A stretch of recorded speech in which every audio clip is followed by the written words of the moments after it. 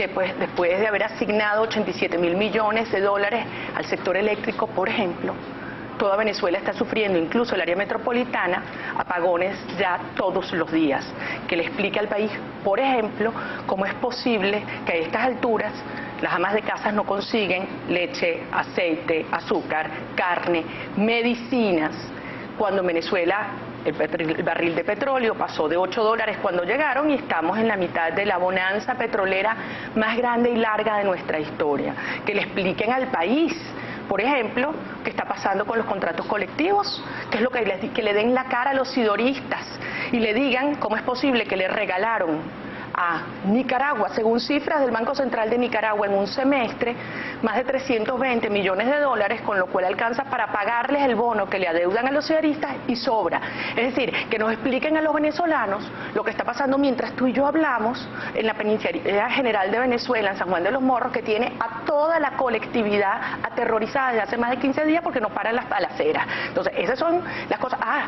Y de paso, que le explique a los venezolanos por qué ha actuado de manera que constituye, en nuestra opinión, una traición a la patria, con omisión y con irresponsabilidad frente al caso de Guyana, que ha actuado hostilmente contra Venezuela, llegando a otorgar concesiones petroleras, no solamente en las áreas marinas del Esequibo, sino en las áreas marinas de nuestra fachada continental, algo que ningún país del mundo toleraría sin una reacción firme. Eso es traición a la patria y eso es lo que los venezolanos exigimos por parte del señor Maduro. Y de paso, ya que viene a la Asamblea Nacional, que muestre su partida de nacimiento, ya que los venezolanos tenemos serias dudas acerca de su nacionalidad. El señor Maduro ya ha quedado demostrado, según la Constitución colombiana, que la nacionalidad colombiana la tiene, y si el señor Maduro tiene una partida de nacimiento venezolana, tendría una doble nacionalidad, entonces tendría que explicar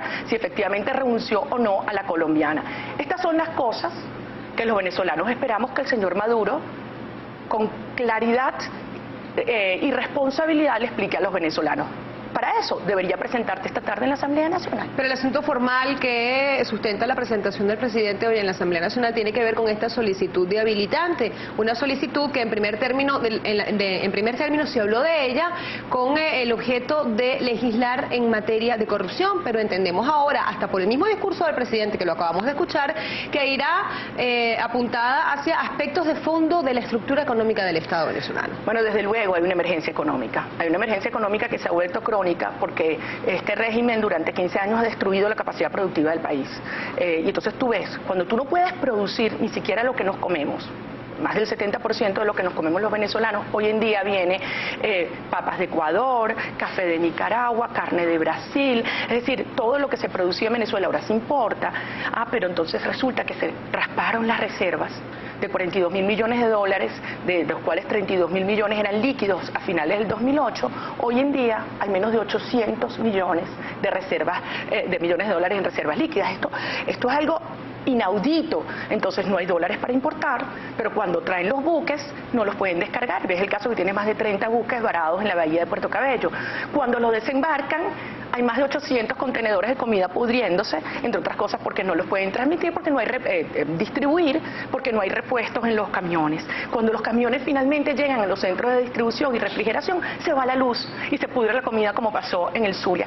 Esto es un ciclo que está asfixiando a la sociedad y dejando a los venezolanos en una situación de absoluta tensión. Claro que hay una emergencia en materia económica, pero cuando tú tienes una persona que se envenena, tú le das el antídoto, no le das más veneno. Y esta gente que está en el poder ha demostrado que ni cambia las políticas, ni cambia los responsables de esta destrucción. ¿Por qué usted cree que ha habido tanta dilación en el Ejecutivo para tomar las medidas necesarias que han sido anunciadas? Vamos a tomar medidas y no termina de conocerse. Esa es una muy buena pregunta, porque los venezolanos sabemos, al menos en el corto plazo, cómo se pueden hacer algunas cosas para que la situación del país comience a avanzar. Ahora, en efecto, aquí tiene que haber un cambio de modelo, pero un cambio de modelo que tiene que ver a su vez con cambio de valores. Cuando tú tienes un régimen que lo que está es inspirado y recibiendo instrucciones desde Cuba, bueno, ¿para dónde nos quieren llevar? A ese mar de la felicidad donde las madres se arriesgan su vida y la de sus hijos en balsa simplemente para buscar algo de esperanza y de oportunidad para su familia. Entonces es eso, es un gobierno absolutamente entregado al régimen cubano y dispuesto a cualquier cosa para preservar el poder. Evidentemente las tensiones internas son enormes, hay sectores que son más pragmáticos y sectores que son absolutamente radicales en lo ideológico y que están confrontados en este momento. Tú decías antes, bueno, ¿por qué si hablan de corrupción y esa era la gran justificación, una ley habilitante, no avanzan? Bueno, que es que los corruptos están en el gobierno y todo el mundo lo sabe. Usted está dentro de la Asamblea y conoce los intríngulis de lo que allí sucede. Hay algunos sectores, hay algunas voces que opinan que esta ley habilitante estaría siendo solicitada precisamente para reducir el coto de poder del presidente de la Asamblea Nacional, Diosdado Cabello. Desde luego que las presiones internas se han manifestado de muchas maneras y los vemos, las acusaciones que ya se hacen, los casos de corrupción que empiezan a surgir y que luego empiezan a surgir con información del propio gobierno o de los propios grupos involucrados. Y en la Asamblea Nacional uno se pregunta con esta habilitante a quién le quitan poder, y eso es evidente que se le quita a quien está al frente de la Asamblea hoy en día. Ahora, lo importante entender es que esto es un daño que se le hace no a la oposición o a las fuerzas democráticas, esto es un daño que nos están haciendo a todos los venezolanos. Este es un gobierno profundamente corrupto, un gobierno absolutamente incapaz, herido de ilegitimidad desde el primer día y que lo que busca es concentrar más y más poder